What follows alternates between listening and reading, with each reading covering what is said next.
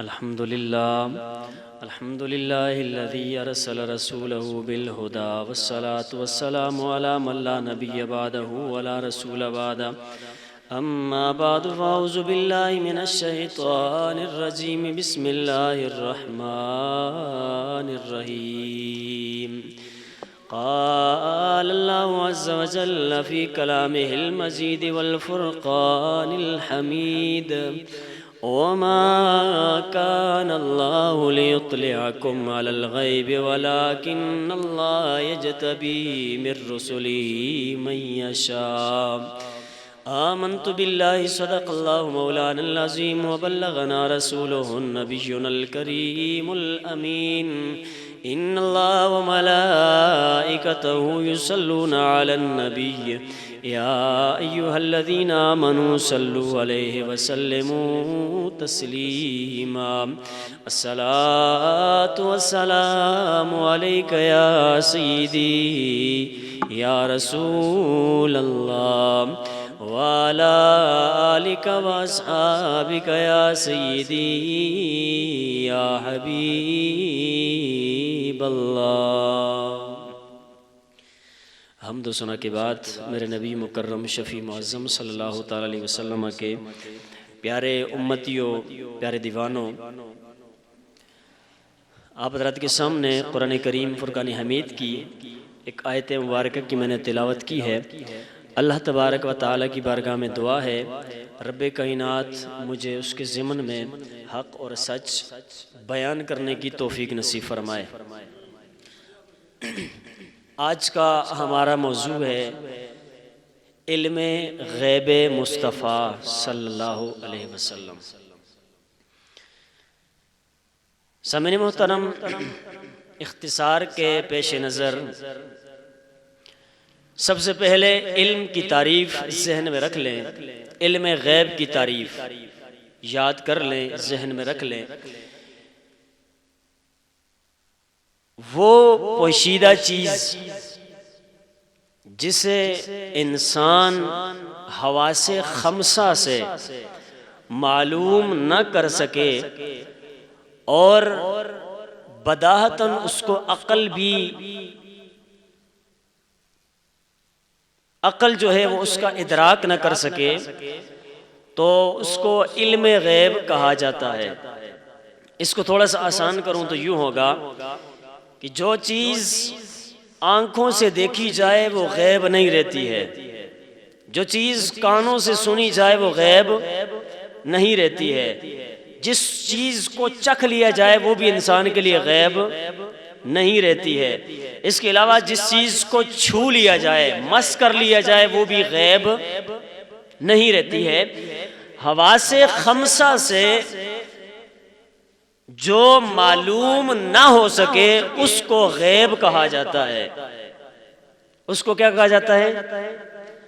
آنکھوں سے، کانوں سے، زبان سے، ہاتھوں سے، ناک سے جو غائب ہو، بندہ ان چیزوں سے اس کو محسوس نہ کر سکے، پا نہ سکے، حاصل نہ کر سکے، تو اس کو غیب کہا جاتا ہے۔ اس کو کیا کہا جاتا ہے؟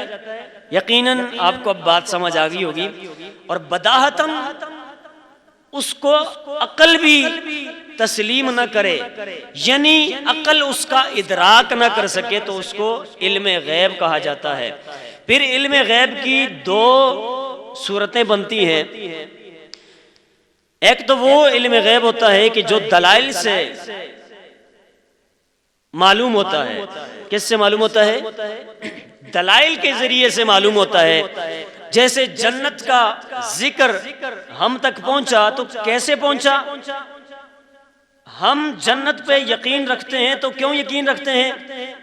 اس لیے کہ اللہ پاک نے جنت کا ذکر قرآن پاک میں فرمایا ہے، یا نبی علیہ السلام نے احادیث مبارکہ کے اندر جنت کا ذکر کیا ہے۔ اسی طرح دوزخ کا ذکر جو ہے یہ بھی، اسی طرح جنات کا ذکر، ملائکہ کا ذکر، یہ قرآن پاک کے اندر موجود ہے، احادیث مبارکہ کے اندر موجود ہے۔ یعنی یہ وہ غیب ہے کہ جو ابھی ہم نے دیکھا نہیں، جنت ابھی ہم نے دیکھی نہیں، ہم سے غیب ہے، ہم سے غیب ہے۔ دوزخ ہم نے دیکھی نہیں، ہم سے غیب ہے۔ فرشتے ہم نے دیکھے نہیں، ہم سے غیب ہیں، اسی طرح جن ہم نے دیکھے نہیں، ہم سے کیا ہے؟ غیب ہیں، لیکن یہ وہ والے غیب ہیں کہ جو دلائل سے ظاہر ہوتے ہیں، جو دلائل سے ظاہر ہوتے ہیں۔ تو ایک غیب یہ ہوتا ہے، اور دوسرا غیب وہ ہوتا ہے کہ جو دلائل سے معلوم نہ ہو سکے، جو دلائل سے معلوم۔ اب دیکھیں جنت دوزخ یہ جتنے بھی تذکرے میں نے کیے جنات کا ملائکہ کا، دلیلوں سے پتہ چلا کہ جنت بھی ہے، دوزخ بھی ہے، ملائکہ بھی ہے، جنات بھی ہے، یہ دلائل سے پتہ چلا، قرآن و حدیث کے دلائل سے۔ لیکن ایک غیب وہ ہے کہ اس کے اوپر دلائل موجود نہیں، دلائل سے اس غیب کو جانچا نہیں جا سکتا، پرکھا نہیں جا سکتا، سمجھا نہیں جا سکتا۔ وہ غیب کون سا ہے؟ جیسے قیامت کا علم، یہ کیا ہے؟ کب قائم ہوگی، کس وقت قائم ہوگی، کس دن میں قائم ہوگی، یعنی قیامت کے متعلق جو علوم ہیں وہ علوم غیبیہ کہلاتے ہیں۔ اسی طرح کس انسان نے کب مرنا ہے، کس وقت مرنا ہے، کس لمحے مرنا ہے، کس بیماری سے مرنا ہے، کس وجہ سے مرنا ہے، یا کون سا انسان بدبخت ہے یا نیک بخت ہے، یہ وہ علم غیب ہے کہ جو دلیل سے معلوم نہیں ہوتا ہے۔ تو غیب کی دو قسمیں بن گئی، ایک غیب وہ ہوتا ہے جو دلیل سے معلوم ہو، اور ایک علم غیب وہ ہوتا ہے جو دلیل سے معلوم نہ ہو سکے، جو دلیل سے معلوم نہ ہو سکے۔ اچھا، آج کل کے دور کے اندر ذہنوں کے اندر یہ خیال آئے گا جی کہ ایسی مشینیں ایجاد کر دی گئی ہیں، ہمارے اس پاکستان کے اندر بھی موجود ہیں، تقریباً ہر ہاسپٹل کے اندر موجود ہوتی ہے، الٹرا ساؤنڈ۔ آپ نے سنا ہوگا کہ اس کے ذریعے سے پتہ لگایا جاتا ہے کہ آیا ماں کے پیٹ میں کیا ہے، ماں کے پیٹ میں کیا ہے، پتہ لگایا جاتا ہے نا۔ تو کیا وہ بھی غیب ہے یا نہیں ہے؟ تو ایک سرسری سی بات میں عرض کر دیتا ہوں، آپ کو انشاءاللہ بات سمجھ آئے گی۔ اب دیکھیں، جب الٹرا ساؤنڈ سے کسی بھی چیز کی معلومات حاصل کی، وہ یا تو سن کے حاصل کی یا دیکھ کے حاصل کی۔ کیسے؟ یا سن کے یا دیکھ کے حاصل کی یا مس کر کے حاصل کی، کسی بھی طریقے سے۔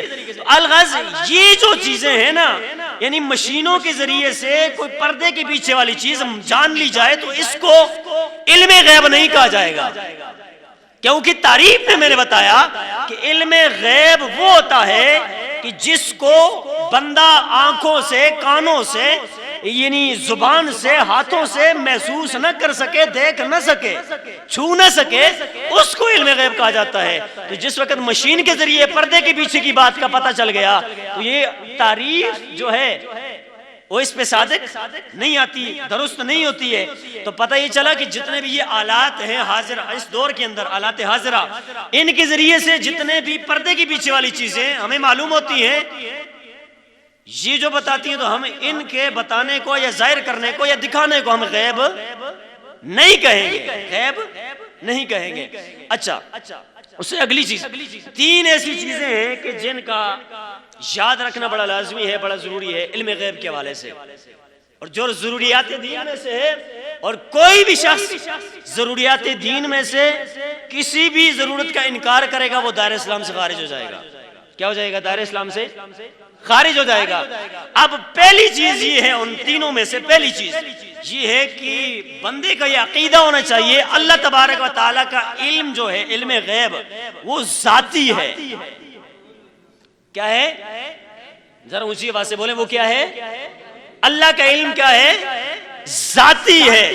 اللہ تبارک و تعالیٰ کی عطا کے بغیر نہ کوئی نبی جان سکتا ہے، نہ کوئی فرشتہ جان سکتا ہے، نہ کوئی رسول جان سکتا ہے، نہ کوئی متقی جان سکتا ہے، نہ کوئی مومن جان سکتا ہے، کوئی بھی نہیں جان سکتا۔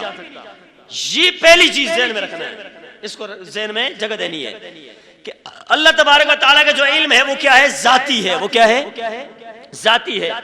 دوسری جو چیز ذہن میں رکھنی ہے وہ یہ ہے کہ اللہ تبارک و تعالیٰ نے اپنے نبیوں کو علم غیب عطا فرمایا ہے، اپنے نبیوں کو علم غیب عطا فرمایا ہے۔ تیسری بات جو ذہن کے اندر رکھنی ہے وہ یہ ہے کہ اللہ تبارک و تعالیٰ نے حضور علیہ السلام کو جمیع مخلوقات سے بڑھ کے علم غیب نصیب فرمایا ہے. ساری کونین، سارے انسان، سارے جنات، سارے ملائکہ، الغرض پوری کائنات سے زیادہ علم اللہ تبارک و تعالی نے اپنے آخری نبی محمد عربی کو نصیب فرمایا ہے. اللہ اکبر، یا رسول اللہ صلی اللہ علیہ وسلم، یا علی، یا غوث اعظم اللہ تعالیٰ. تو یہ تمہیدی باتیں ہیں، ذرا توجہ سے سماعت فرمائیں. ساری مخلوقات سے بڑھ کے علم اللہ تعالیٰ نے کس کو عطا فرمایا ہے؟ میرے اور آپ کے کریم رحیم آقا علیہ السلام کو. اب دیکھیں ہمارا عقیدہ کیا ہے علم غیب رسول صلی اللہ علیہ وسلم کے حوالے سے. ہمارا یہ عقیدہ ہے، ہم نبی علیہ السلام کے علم کے متعلق یہ عقیدہ رکھتے ہیں کہ اللہ تبارک و تعالیٰ نے اپنے حبیب علیہ السلام کو اول سے لے کر آخر تک ہر چیز کا علم نصیب فرمایا ہے، ہر چیز کا علم عطا فرمایا ہے. لوح محفوظ کا علم بھی میرے آقا علیہ السلام کو اللہ تعالیٰ نے عطا فرمایا ہے. ذرا اونچی آواز سے کہتے ہیں سبحان اللہ. جمیع مخلوقات کا علم اللہ تعالیٰ نے اپنے سونے نبی کو نصیب فرمایا ہے.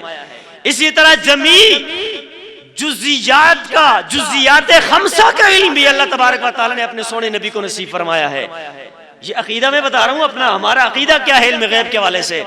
پھر اس کے علاوہ جمیع جتنی بھی مخلوق ہے سب کے احوال، سب کے جو حالتیں ہیں، سب کی حالتوں کے متعلق جو علم ہے وہ علم بھی اللہ تعالیٰ نے اپنے نبی علیہ السلام کو عطا فرمایا ہے. اور جمیع ما کانا وما یکون، یعنی جو کچھ ہو چکا یا جو ہوگا، یہ سب علم اللہ تعالیٰ نے اپنے نبی کو عطا فرمایا ہے. جو ہو چکا ہے اور جو ہوگا یا ہو رہا ہے، یہ سارے علوم اللہ تعالیٰ نے اپنے سونے نبی کو عطا فرمایا ہے. اور یہ کس کا عقیدہ ہے؟ اہل سنت و جماعت کا عقیدہ ہے. کس کا عقیدہ ہے؟ اہل سنت و جماعت کا عقیدہ ہے. اور یہ بھی ذہن میں ہونا چاہیے کہ میرے آقا علیہ السلام کا علم جو ہے وہ علم تدریجی ہے. کون سا ہے؟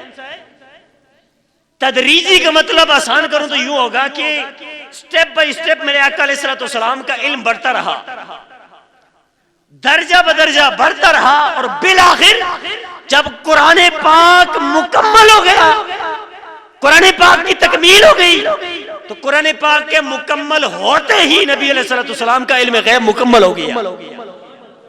قرآن پاک جب پورا ہو گیا تو ادھر سے نبی علیہ السلام کا علم غیب پورا ہو گیا، مکمل ہو گیا. یہاں پہ کچھ لوگوں کو شاید یہ مغالطہ لگے اور یہ کہیں جناب کہ جب تم کہتے ہو کہ نبی علیہ السلام کو علم ما کانا وما یکون، یعنی جو کچھ ہو چکا، جو ہوگا، وہ سارا حاصل ہے، یہ تو جناب اللہ تعالیٰ کے علم کے ساتھ مماثلت ہو گئی. اللہ پاک کو بھی ازل سے خبر ہے، ابد تک ہے. جو ہو چکا اس کا علم اللہ کو بھی ہے، جو آخر میں ہوگا، بعد میں ہوگا، یہ ہو رہا ہے، سب کا علم اللہ پاک کو ہے. تو لہٰذا یہ تو شرک ہو گیا. میں نے کہا نہیں، آپ نے ہماری بات سمجھی نہیں ہے، ہمارا عقیدہ سمجھا نہیں ہے، سمجھنے میں کوتاہی ہوئی ہے. ہم نبی علیہ السلام کے متعلق علم کلی مانتے ہیں، جزیات کے متعلق تو کسی بھی بندے کو اختلاف نہیں ہے. دوسرے جو لوگ علم غیب کے حوالے سے بات کرتے ہیں، اہل سنت کے ساتھ مناظرے کرتے ہیں، وہ بھی اپنی کتابوں کے اندر لکھ چکے ہیں کہ اللہ کے نبی کو علم غیب ہوتا ہے، علم غیب ہوتا ہے. وہ جزیات کے متعلق تو وہ بھی لکھتے ہیں، لیکن علم غیب جو کلی ہوتا ہے نا، ہم اہل سنت و جماعت کا یہ عقیدہ ہے کہ علم غیب کلی بھی نبی علیہ السلام کو حاصل ہے. اب یہ جو علم غیب کلی ہے، یہ کون سا ہے؟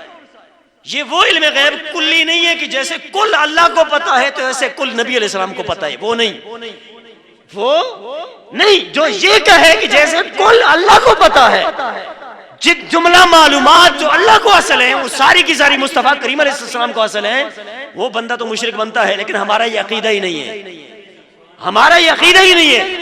کاش کہ ہمارے اس عقیدے کو سمجھا ہوتا لوگوں نے اور بے جا شرک کے اور جناب کفر کے فتوے نہ لگائے ہوتے. لیکن آج کل جناب بغیر پڑھے لکھے فوراً جناب 3 دن کا مفتی آ جاتا ہے سامنے، کہتے ہو یار تم اللہ کے لیے بھی غیب کہتے ہو، مانتے ہو، ہم بھی مانتے ہیں، اور پھر نبی علیہ السلام کے لیے بھی علم غیب کا عقیدہ رکھتے ہو، یہ تو شرک ہو گیا ہے. لیکن وہ 3 دن کا مفتی ہوتے ہیں، انہیں سمجھ نہیں ہوتی ہے. تو آپ کو میری بات سمجھ آ رہی ہے نا؟ میں کیا کہہ رہا ہوں، سمجھ آ رہی ہے نا؟ اللہ پاک کو جو علوم حاصل ہے، یعنی اللہ پاک کے پاس جتنے بھی علوم ہیں، جملہ معلومات، ہم یہ نہیں کہتے کہ نبی علیہ الصلوۃ والسلام وہ ساری کی ساری معلومات رکھتے ہیں. ہم یہ کہتے ہیں کہ اللہ تبارک و تعالیٰ نے اپنے حبیب علیہ الصلوۃ والسلام کو وہ والے علوم جو لوح محفوظ کے اندر ہیں وہ بھی عطا فرمائے ہیں، اور جو جملہ مخلوقات کو اللہ تبارک و تعالیٰ نے علوم عطا فرمائے ہیں ان سے کروڑ بڑھ کے علم نبی علیہ السلام کو نصیب فرمائے. تو کلی علم غیب جو ہم مانتے ہیں وہ کس لحاظ سے کہ لوح محفوظ میں جو ہے وہ کل نبی جانتے ہیں، وہ سارے کا سارا نبی علیہ السلام جانتے ہیں، اور جملہ مخلوقات کے پاس جتنے بھی علوم ہیں وہ سارے کے سارے علوم ملا لیے جائیں نا تو نبی علیہ السلام کے علم کے مقابلے میں ایسے ہی ہے کہ جیسے نبی علیہ السلام کا علم دریا ہو اور ساری مخلوقات کا علم قطرہ ہو. پھر بھی نبی علیہ السلام کہ علم کے ساتھ مماثلت نہیں ہو سکتی ہے. اتنا زیادہ اللہ تبارک و تعالیٰ نے اپنے نبی علیہ السلام کو علم غیب عطا فرمایا ہے. تو اب کلی کی بات آپ کو یقیناً سمجھ آ گئی ہوگی کہ کل علم غیب کون سا دیا ہے اللہ تعالیٰ نے، جو لوح محفوظ میں لکھا ہوا ہے، جو لوح محفوظ میں موجود ہے، یا جمیع مخلوقات کو جو حاصل ہے وہ سارے کا سارا اللہ تعالیٰ نے اپنے نبی کو عطا فرمایا ہے. اچھا اب میں نے آیت تو خیر اور پڑھی ہے لیکن اسی کے ضمن میں کچھ باتیں میں عرض کرتا ہوں. اب دیکھیں لوح محفوظ میں کیا کیا موجود ہے. لوح محفوظ کا سارا علم نبی علیہ السلام جانتے ہیں. لوح محفوظ میں کیا کیا موجود ہے. حضرت آدم علیہ السلام سے لے کر آپ سے بھی بلکہ پہلے اللہ تبارک و تعالی نے فرشتوں کو حکم دیا، فرشتوں لکھو، اعمال لکھو، نیکیاں لکھو، برائیاں لکھو، مرنا لکھو، جینا لکھو، نیک بخت ہونا لکھو، بد بخت ہونا لکھو، کافر ہونا لکھو، منافق ہونا لکھو، بے ایمان ہونا لکھو، ایماندار ہونا لکھو، منافق ہونا لکھو، الغز سرمایہ دار ہونا لکھو، امیر ہونا لکھو، غریب ہونا لکھو، مفلس ہونا لکھو. الغز کائنات کے اندر جو جو ہونا تھا، جس نے جتنا زندہ رہنا تھا، جس نے جب مرنا تھا، جس وجہ سے مرنا تھا، جس بیماری سے مرنا تھا، جس کی جتنی اولاد ہونی تھی، جس کے جتنے بیٹے ہونے تھے، جس کی جتنی بیٹیاں ہونی تھی، جس کی قسمت کے اندر بھلائیاں لکھی تھی یا برائیاں لکھی تھی، نیکیاں لکھی تھی یا صدقات و خیرات لکھے تھے یا جناب ہر برا فعل لکھا تھا، سب کچھ جو بھی ہونا تھا وہ سارے کا سارا رب کائنات نے فرشتوں کے ذریعے لوح محفوظ میں لکھ دیا ہے. یا رسول اللہ صلی اللہ علیہ وسلم سارے کا سارا. اب یہ میں ادھر بیٹھا ہوں، آپ نیچے بیٹھے ہیں، تشریف فرما ہے.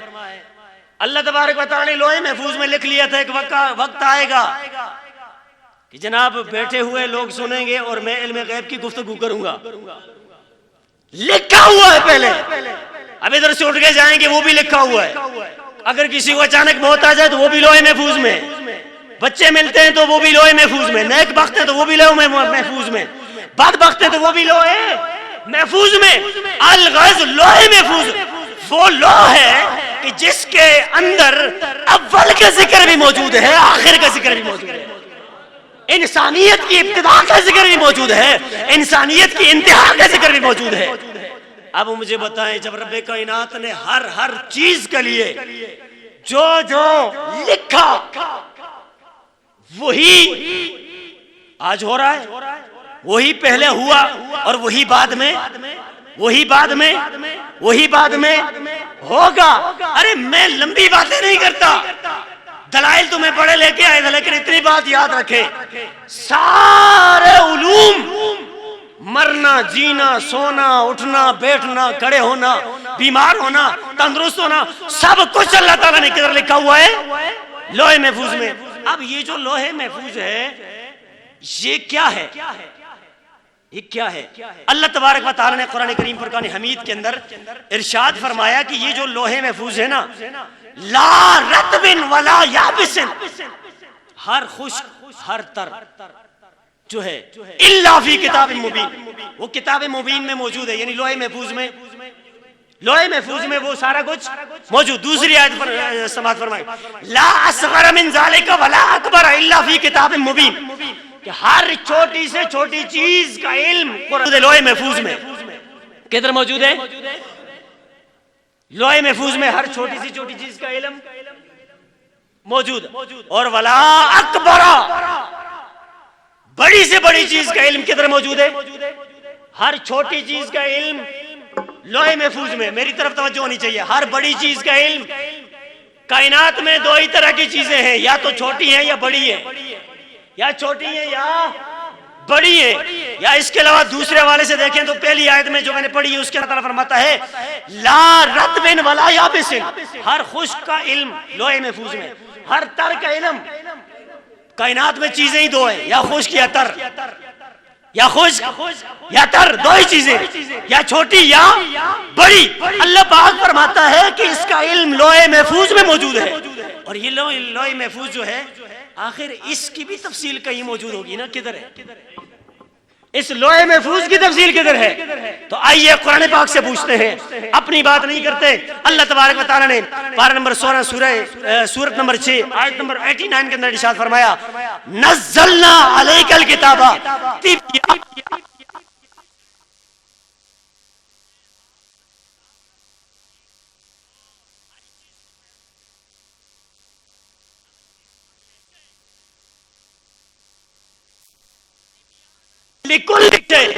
کل مراد ہوتی ہے، جہاں سب چیزیں مراد ہوتی ہیں. تو اللہ تبارک و تعالیٰ فرماتا ہے کہ ہم نے جو کتاب نازل کی ہے محبوب آپ پہ، یعنی قرآن پاک، یہ ہر چیز کو بیان کرنے والی ہے، ہر چیز کو بیان کرنے والی. اب آگے جائیں دوسرے مقام پر، پارہ نمبر 11 سورہ نمبر 10 آیت نمبر 37 کے اندر اللہ تبارک و تعالیٰ نے ارشاد فرمایا وَتَفْصِيلَ الْكِتَابِ لَا رَيْبَ فِيهِ، کہ یہ جو کتاب ہے نا قرآن پاک، یہ تفصیل ہے. اے مولا کس کی تفصیل ہے؟ فرمایا لوح محفوظ کی تفصیل ہے. شاید آپ نے میری بات کی طرف توجہ نہیں کی، اس لیے آپ کو بات سمجھ نہیں آئی. میں نے لوح محفوظ پہ اتنا زور پہلے کیوں دیا تھا کہ سب کچھ اس میں موجود ہے، آیتیں پڑھی میں نے. اب لوح محفوظ جو ہے اس کا علم کدھر ہے؟ تو میں نے آیت پڑھی، رب کائنات نے فرمایا وَتَفْصِيلَ الْكِتَابِ، جو کتاب لوح محفوظ ہے اس کی تفصیل کدھر ہے؟ یہ قرآن پاک کے اندر ہے. یہ جو قرآن پاک ہے یہ لوح محفوظ کی کیا ہے؟ تفصیل ہے. کیا ہے؟ ایک ہوتی ہے جناب مجمل کتاب اور ایک ہوتی ہے آگے اس کی تفصیل. تو مجھے بتائیں کہ مجمل کتاب میں 4 لائنیں ہوں گی اور آگے تفصیل میں 8 بھی ہو سکتی ہیں، 10 بھی ہو سکتی ہیں، 20 بھی ہو سکتی ہیں. اچھا لوح محفوظ کے اندر تو سب خشک و تر کا ذکر ہے، ہر رطب و یابس کا ذکر ہے، ہر چھوٹی بڑی چیز کا علم ہے. اور اللہ پاک فرماتا ہے یہ جو قرآن ہم نے اپنے نبی پہ نازل کیا ہے، اس قرآن پاک کے اندر لوح محفوظ کی تفصیل موجود ہے. کیا موجود ہے؟ تفصیل موجود ہے. تو پتہ چلا لوح محفوظ کا سارا علم قرآن میں آ گیا. قرآن میں لوح محفوظ کا سارا علم کدھر آ گیا؟ قرآن پاک میں. کہاں پہ آ گیا؟ جو میری بات کو توجہ سے سن رہے ہیں، جن کو یہ بات اچھی لگ رہی ہے، یقیناً قرآن پاک کی بات ہے تو سب کو اچھی لگے گی، وہ اونچی آواز سے کہتے ہیں سبحان اللہ، ماشاءاللہ. مطلب یہ ہے کہ آپ غور سے توجہ سے سماعت فرما رہے ہیں. سب لوح محفوظ کی تفصیل کدھر ہے؟ قرآن پاک میں. کس کے اندر ہے؟ میں کسی کو پڑھاؤں تو پڑھاتے ہوئے غلطی رہ سکتی ہے، ممکن ہے صحیح نہ پڑھا سکوں، انسان ہوں میں. یا جو چیز میں پڑھاؤں اس کے اندر غلطی ہو، میں جتنی بھی محنت کروں تو آگے سیکھنے والا اچھا کچھ سیکھ سکے گا؟ نہیں. لیکن اگر میں بھی ٹھیک پڑھاؤں، آگے جو چیز پڑھائی جا رہی ہے، جو نصاب ہے وہ بھی ٹھیک ہو، پڑھنے والا ہی ٹھیک نہ ہو تو اچھا پڑھ سکے گا وہ؟ تو 3 چیزوں کا صحیح ہونا، درست ہونا لازمی ہے. پڑھانے والا بھی ٹھیک ہو، جو چیز پڑھی جا رہی وہ بھی ٹھیک ہو، اور جو پڑھ رہا ہے وہ بھی درست ہو، ٹھیک ہو، ذہن ٹھیک ہو اس کو. اب دیکھیں یہ قرآن جس کے اندر ہر غیب کا علم لوح محفوظ والا موجود ہے. لوح محفوظ میں سارا غیب ہے کہ نہیں ہے؟